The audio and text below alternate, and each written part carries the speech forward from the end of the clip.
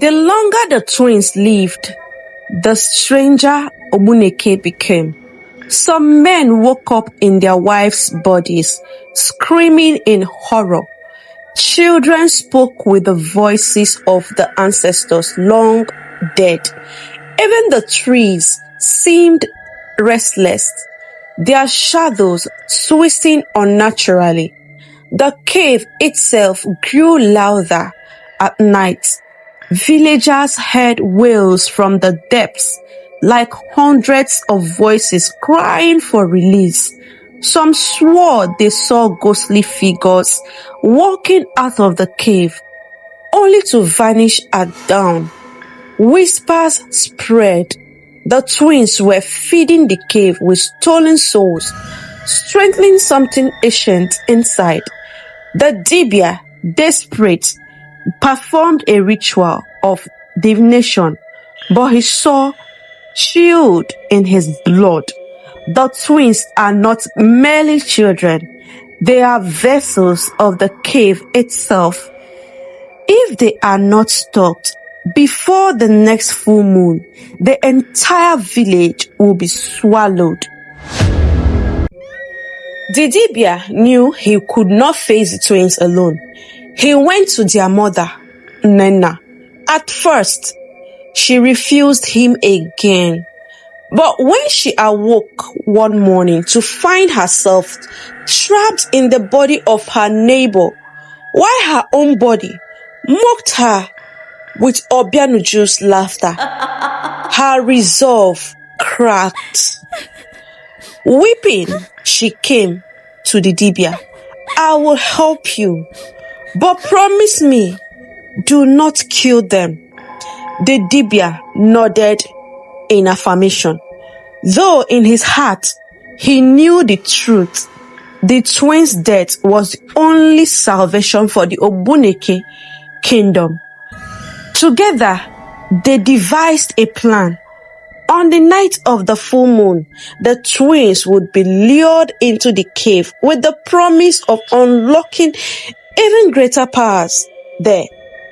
They would be bound with charms forged from iron, alligator pepper, and the blood of their mother.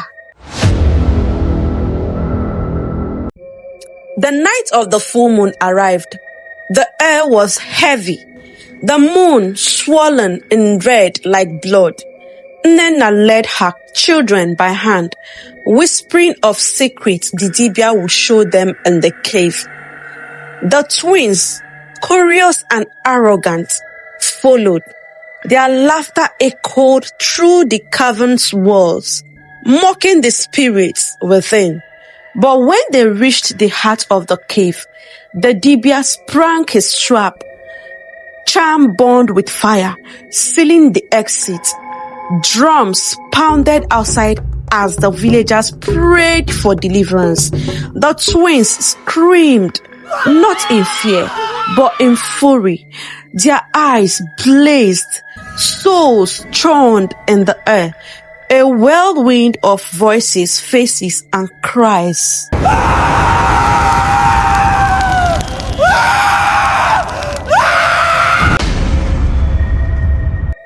Inside the glowing heart of the cave, the storm of spirits grew stronger.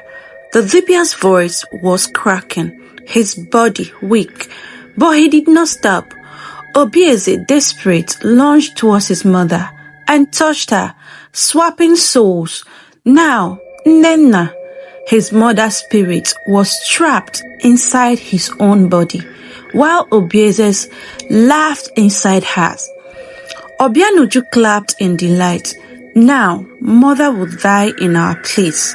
The dibia screamed in fear, but his ritual struck. Something happened that no one expected. Nena, even trapped in her own son's body, lifted her small hand and cried out with all her heart. For the first time, Obieze and Obianuju froze. Their glowing eyes flickered. The souls swirling around them paused as though listening.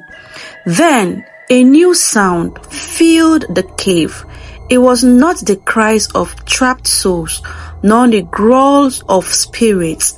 It was the calm, deep song of the ancestors. The ground glowed beneath their feet, and beams of light pierced the darkness like golden spears. The twins screamed and held their ears. They were powerful, but the one thing stronger than their magic was the voice of truth, spoken with a mother's love. Obieze fell to his knees. Obianuju clutched her chest. Both of them cried, not with wicked laughter, but with tears of children who were finally seeing what they had become. The Dibia, realizing what was happening, raised his staff again. Not to bind, but to guide, he shouted. The golden light wrapped around the twins, lifting them off the ground.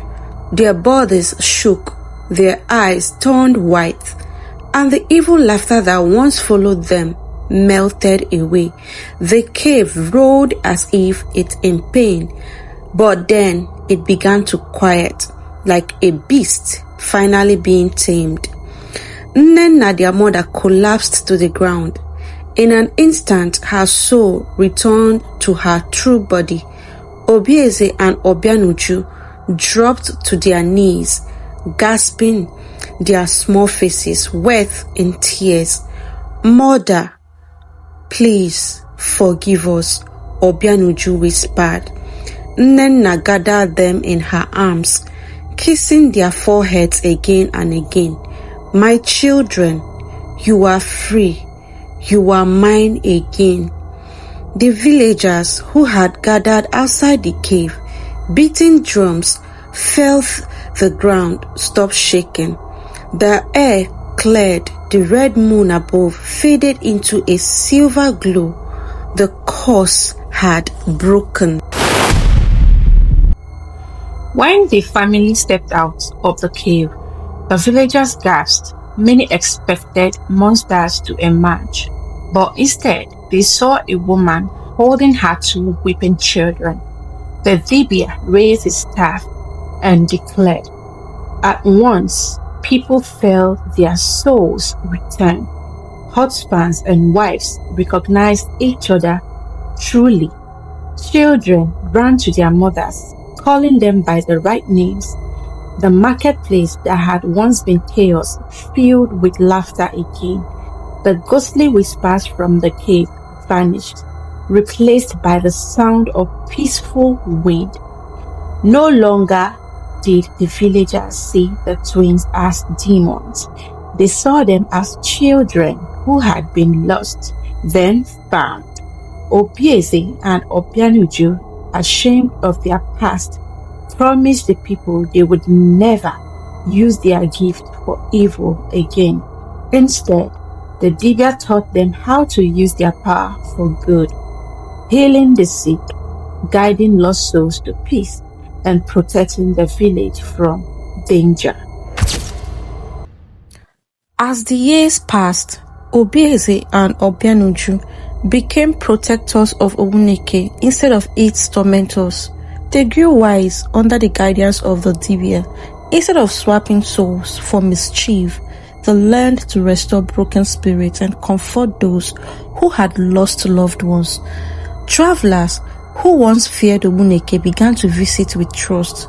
They told stories not of evil laughter, but the golden lights that danced in the cave at night light, said to be the twins using their gift to guard the village. Nnenna, though she had suffered greatly, lived to see her children become a blessing instead of a curse. Her love, stronger than fear, had turned darkness into light. And the cave itself, once a prison of whispers, became a sacred place where the people gathered to honor their ancestors. No one feared it anymore. Instead, they sang songs of victory and thanksgiving, reminding themselves that no darkness lasts forever. Ogbunike was never the same again, but this time it was for better. No longer was it called the village of masks. Instead, people called it the village of light. Children grew up unafraid, running freely through the fields. Husbands and wives lived without suspicion. Strangers were welcomed with color notes and laughter, not with fearful eyes. The story of the evil twins became a lesson for generations. Parents told their children. Travelers who passed by Obunike cave at night no longer heard mocking laughter.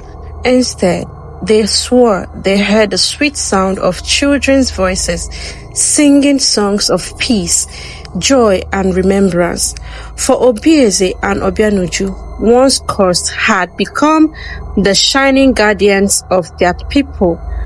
And so, what began as a tale of fear ended as a story of love, light, and redemption. 3 moral lessons of the story. A mother's love is stronger than any darkness. Nnena's unconditional love for her children pierces through curses, spirits, and evil itself.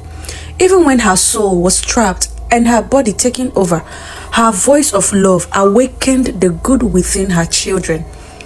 Through love, especially a mother's love, has the power to heal, redeem, and conquer even the deepest evil.